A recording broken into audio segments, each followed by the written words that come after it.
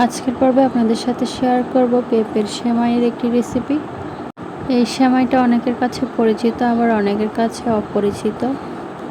যাদের কাছে পরিচিত তারা তো জানেন এর স্বাদ কতটা মজার হয়, আর যারা খাননি তারা অবশ্যই একবার তৈরি করে খেয়ে দেখবেন। পেঁপের এই সেমাইটা তৈরি করা অনেক সহজ। হ্যালো সবাইকে, আসসালামু আলাইকুম। কেমন আছেন সবাই? আই হোপ আল্লাহর রহমতে সবাই অনেক ভালো আছেন। তো কথা না বাড়িয়ে চলুন দেখে আসি মূল রেসিপি। পেঁপের সেমাই রান্নার জন্য প্রথমে লাগছে পেঁপে। আমি এখানে 2টা মিডিয়াম সাইজের ফ্রেশ কচি পেঁপে নিয়েছি। চেষ্টা করবেন ফ্রেশ দেখে পেঁপে নিতে। আমি পেঁপেগুলোকে খোসা ছাড়িয়ে গ্রেট করে নিচ্ছি। চেষ্টা করবেন একটু লম্বা লম্বা করে গ্রেট করতে। নর্মাল গ্রেটার অথবা হ্যান্ড গ্রেটার যেটা আছে সেটা দিয়েও করতে পারেন। আমি হ্যান্ড গ্রেটার দিয়ে করছি। দেখুন, একটু লম্বা লম্বা করেই করছি। আমার গ্রেট করা হয়ে গেছে। দেখুন, যতটা সম্ভব লম্বা করে গ্রেট করে নিয়েছি।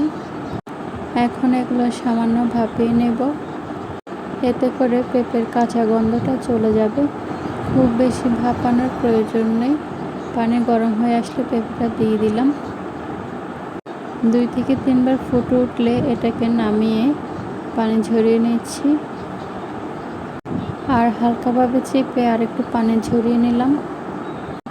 এরপর চুলায় একটি পাত্র বসিয়ে দিলাম। পাত্রের মধ্যে দিয়ে দিলাম 2 চা চামচ ঘি, আর দিলাম দারচিনি 2 টুকরা, 4-5টা এলাচ আর 2টা তেজপাতা। আপনারা ঘিয়ের পরিবর্তে এখানে তেল বা বাটার ইউজ করতে পারেন। এগুলো দিয়ে কিছুক্ষণ ভেজে নেব।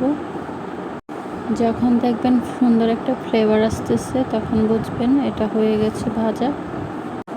আমার এখানে সুন্দর একটা ফ্লেভার এসেছে। এখন দিয়ে দিচ্ছি 1 litre full cream liquid milk, আর দিয়ে দিলাম 1/2 কাপ চিনি। চিনিটা যে যার স্বাদ অনুযায়ী বাড়িয়ে কমিয়ে দিয়ে দিবেন।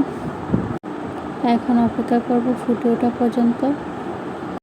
দুধগুলো ভালোভাবে ফুটে উঠলে এর মধ্যে দিয়ে দেব ভাপিয়ে রাখা পেঁপেগুলো, আর দেব সামান্য লবণ।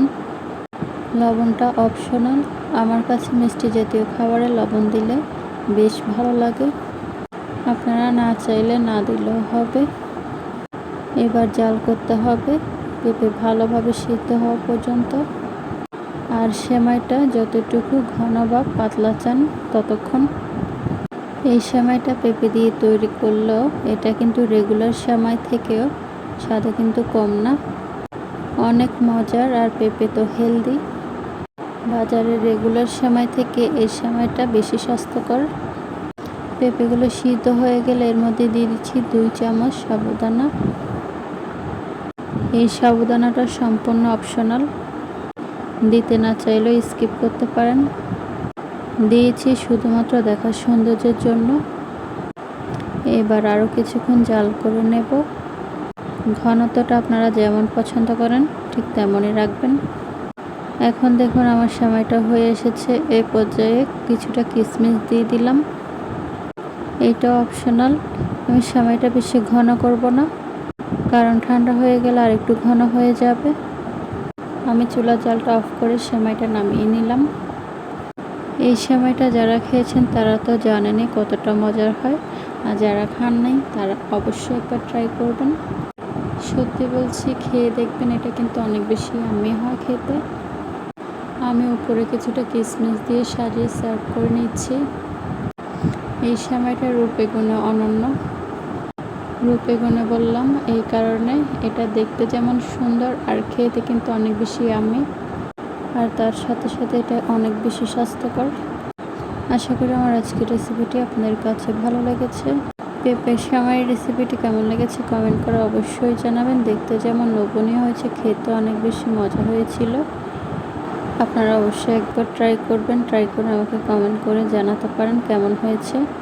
আজকের মতো এখানে বিদায় নিচ্ছি। সবাই ভালো থাকবেন, সুস্থ থাকবেন, আর সবাই সবার জন্য মন থেকে অবশ্যই দোয়া করবেন। আল্লাহ হাফিজ সবাইকে।